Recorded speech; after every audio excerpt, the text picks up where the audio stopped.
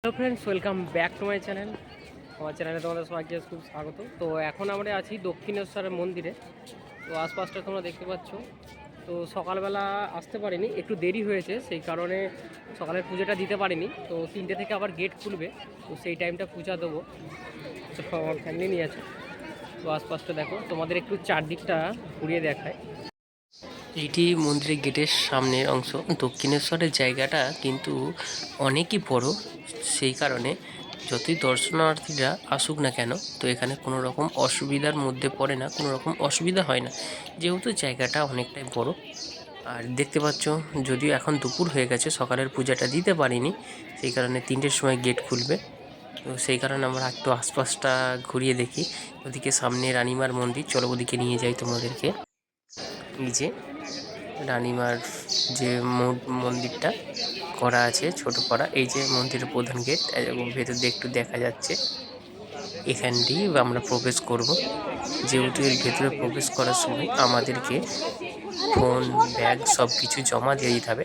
তো তখন তো আর ভিডিও করতে পারবো না, তো সেই কারণে এখনই আশপাশটা তোমাদেরকে বন্ধুরা ঘুরিয়ে নিচ্ছি, দেখতে পাবে তোমরা সব কিছু। দেখো, আরও একটু সামনে নিয়ে যাই। এইটি রানীমার মন্দির করা আছে, যে মা কালীর যে মন্দির আছে তার সামনেই এটা করা আছে। যদি সোজাভাবে দাঁড়াও তাহলে ডান হাতের দিকে পড়বে, এইটা সবাইকার চোখে পড়বে। সব কিছু মিশে এখানে একটি সুন্দর পরিবেশ।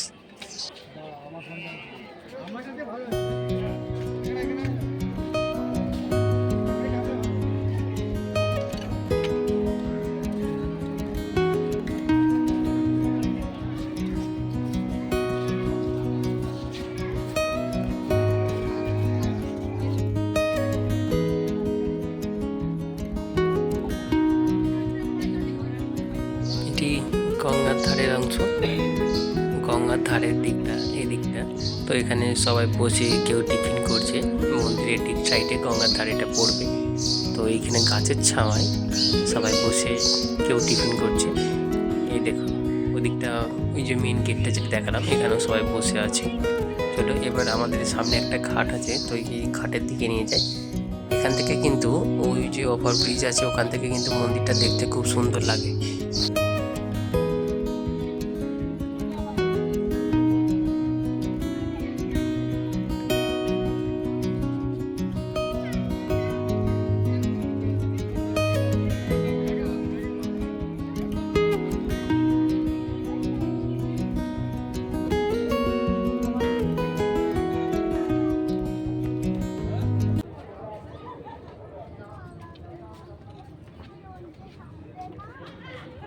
এই ঘাটটি মন্দিরের পাশে, ওইদিকে যে ব্রিজটা দেখা যাচ্ছে ওর নিচে যে লঞ্চ ঘাট আছে, তো সেখান থেকে আমরা বেলুড় যাব।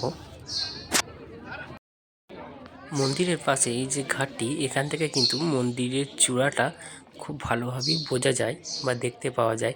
এই যে মন্দিরের চূড়াটা কত সুন্দরভাবে বোঝা যাচ্ছে। যদি আমার কাছে সেলফি স্টিক থাকতো, আরও একটু ভালোভাবে হয়তো দেখাতে পারতাম তোমাদেরকে।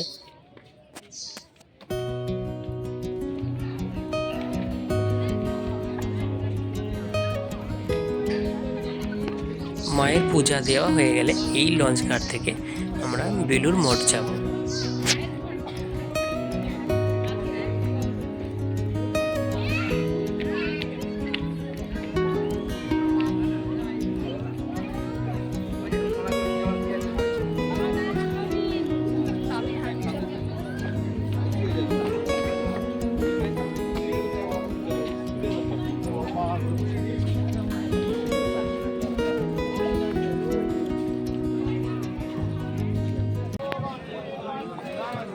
এদিকটা চারদিকে শুধুমাত্র দোকান আছে, খাওয়া দাওয়ার দোকান। তো এখন এই দাদাটাকে অর্ডার করেছি ঘুগনি, তো আমরা ঘুগনি খাবো।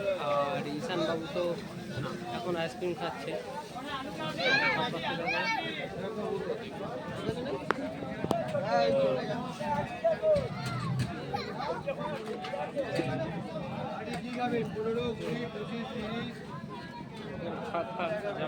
সবাই দেখছে।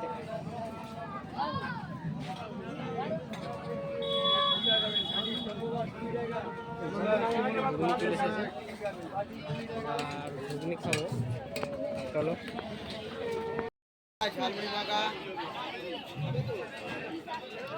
ভূমিটা ভালোই করেছে, দুপুরবেলা এই সময় খেতে বেশ ভালোই লাগছে।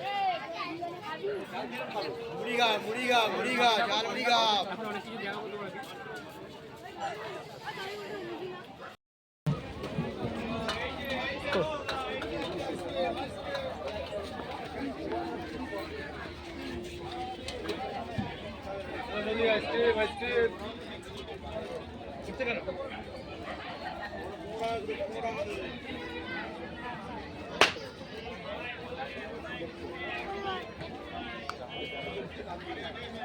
চলো,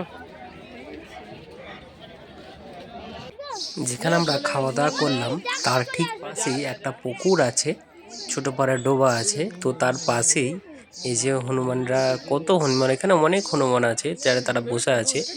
এদের একটা জিনিস দেখলাম, অনেকে অনেক কিছু অনেক ভালোবেসে অনেক কিছু দিচ্ছে, কিন্তু এরা কলা কিন্তু খেতে চাইছে না, কারণ হনুমানটা কলা খাবে না, এটা একটা অন্যরকম লাগে। তো যাকগে, কারণ এরা কন্টিনিউ সবসময় খেয়ে আর সেটা হয়তো ভালো লাগছে না, তো সেই কারণে অন্য কিছু কেউ দিলে সেটি নিয়ে যাচ্ছে, কিন্তু কলা দিলে কিন্তু কলা নিচ্ছে না। এই যে একটা ভদ্র মহিলা বাদামের প্যাকেট দিল, সেটা নিল, কিন্তু এই যে দাদাটা অনেকক্ষণ ধরে কলা দিতে চাইছে, আমি দেখলাম, কিন্তু ওরা কলা নিচ্ছে না, কিন্তু অন্য কিছু দিলে নিচ্ছে।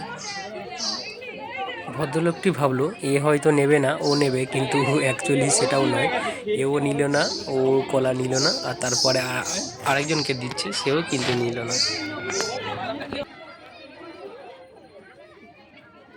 এদের এখন মানে কলা সবাই দিচ্ছে, তো সেই জন্য কলা খেয়ে খেয়ে এদের অরুচি হয়ে গেছে। তো সামনেও কলা পড়ে আছে, কিন্তু টপ করে নিতে চাইছে না। কলা বাদে অন্য কিছু দিলে নেবে, কলা আর খাচ্ছে না, কলা খাচ্ছে না, অন্য কিছু দিলে খাচ্ছে।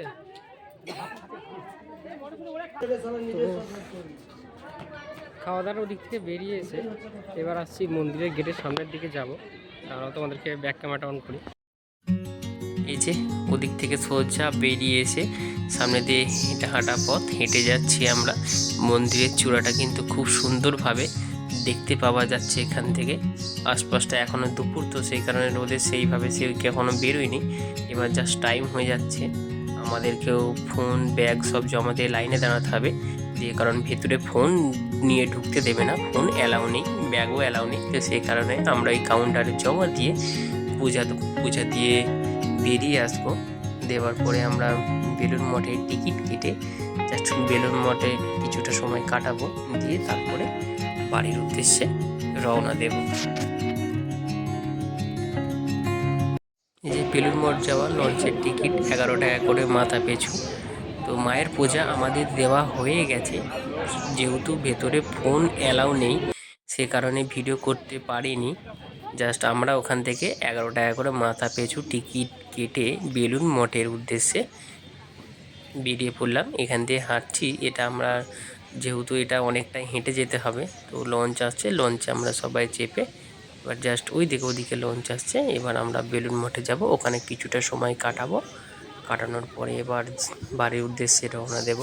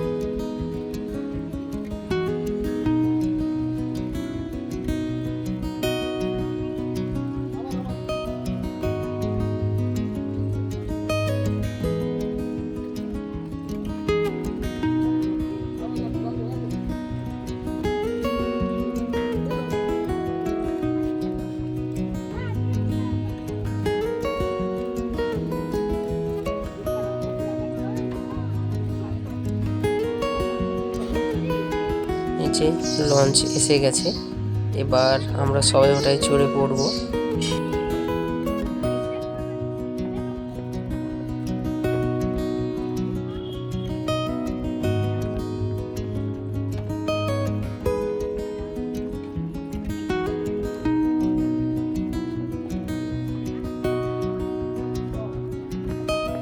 আমরা সবাই লঞ্চে উঠে পড়েছি, লঞ্চ ছেড়েও দিয়েছে, অনেকটা চলে গেলাম। ওই দেখো দক্ষিণেশ্বরের মন্দিরে চূড়াটা দেখা যাচ্ছে।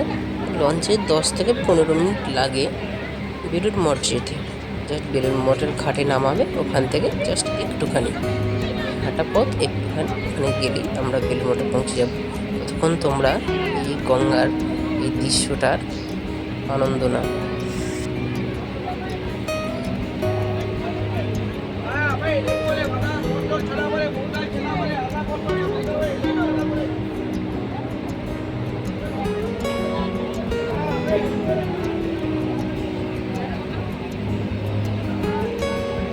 যতই চোখে দেখা জিনিস ক্যামেরা বন্দি করি না কেন, নিজের চোখে দেখার ব্যাপারটা যে আনন্দ থাকে, সত্যি তার মধ্যে অন্য কিছু আনন্দ থাকে না। তো এই যে সৌন্দর্যগুলো মানে স্মৃতি হিসেবে রাখার জন্য যদিও আমরা ক্যামেরা বন্দি করছি, তো নিজের চোখে দেখার ব্যাপারটা একটু আলাদা থাকে। সেই যে একটা আনন্দ, তো সেই আনন্দটা সত্যি অন্য কিছুর সাথে তুলনাই করা যায় না।